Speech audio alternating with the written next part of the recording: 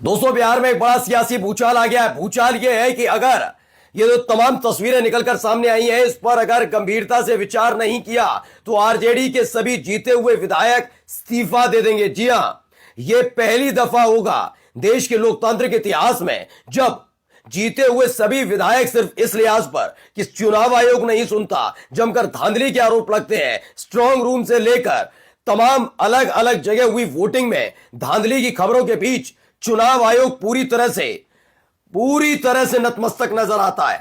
ऐसे में अब आरजेडी की तरफ से यह कहा जाना कि आरजेडी के सभी विधायक इस्तीफा दे देंगे, सियासी भूचाल आ गया है।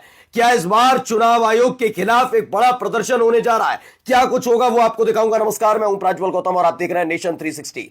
सबसे पहले बड़ी खबर आप तक पहुंचाने जा रहा हूं। खबर क्या है? लुटियंस मीडिया की खबर है, आरजेडी का परिणाम मानने से इनकार। उन्होंने कहा कि कैसे माने, यकीन मानिए, इसको लेकर अलग अलग जगह से आवाजें भी उठ रही हैं, वो भी आपको दिखाऊंगा। आरजेडी का परिणाम मानने से इनकार। इतनी बेतहाशा भीड़, इतनी ज्यादा लोकप्रियता, इतनी सारी चीजें, जेडीयू और बीजेपी के विधायकों को खदेड़ती हुई तस्वीरें, मंत्री पर पथराव की तस्वीरें, विजय सिन्हा के साथ हुई बदसलूकी की, जनता की तरफ से की गई बदसलूकी की तस्वीरें, उन सब के बीच अगर यह प्रचंड बहुमत बिहार के अंदर आता है तो यकीन मानकर चलिए नाराजगी वजह होनी चाहिए।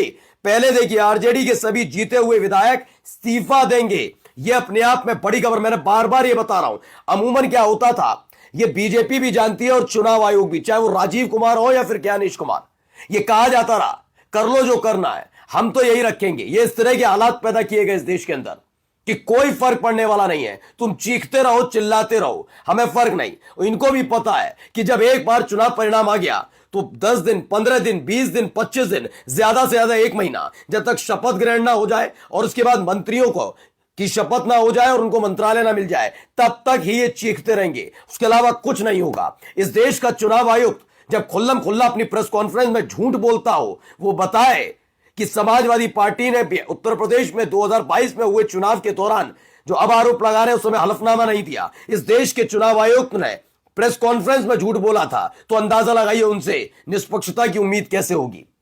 आर्बिट्रेटर कौन है? कौन न्याय करेगा? कौन करेगा जांच? चुनाव आयुक्त। और चुनाव आयुक्त पहले से ही तय करके बैठा हो कि नहीं नहीं, ये तो गलत है, सिर्फ मोदी जी सही है, तो बताइए। ये हालात बन रहे हैं। देखिए, आनंद अवाले लिखते हैं, इतने खुलेआम फिक्सिंग की गई चुनाव नतीजों को स्वीकार करने के बजाय सभी जीती हुई विरोधी पार्टियों को इस्तीफा दे देना चाहिए। इससे देश में ही नहीं, पूरी दुनिया में भारत के चुनाव प्रक्रिया का एक संदेश जाएगा और अब राष्ट्रीय स्तर पर सभी पार्टियों को एक साथ आकर आंदोलन करने का समय आ गया है।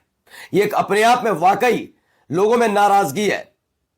अभी 1 दिन पहले यही गोदी मीडिया चीख रही थी, बता रही थी, बताइए, ये कह रहे हैं कि अगर ये हुआ तो नेपाल वाला मसला, वहां नेपाल में क्या हुआ था?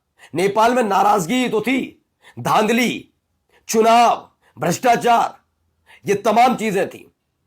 जेनजी के नाम पर जिनकी माला जपते थे एक वक्त में मोदी जी, जेनजी के नाम पर यही बीजेपी के नेता माहौल बना रहे थे।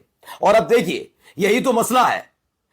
यह नहीं है कि बीजेपी क्या कर रही है, भारतीय जनता पार्टी चुनाव जीतने के लिए जो कर सकती है करे, लेकिन सवाल यह उठता है कि इस देश की संवैधानिक संस्था, दुनिया का सबसे बड़ा लोकतांत्रिक देश भारत, उसमें चुनाव पहली प्रक्रिया होती है लोकतांत्रिक प्रक्रिया में।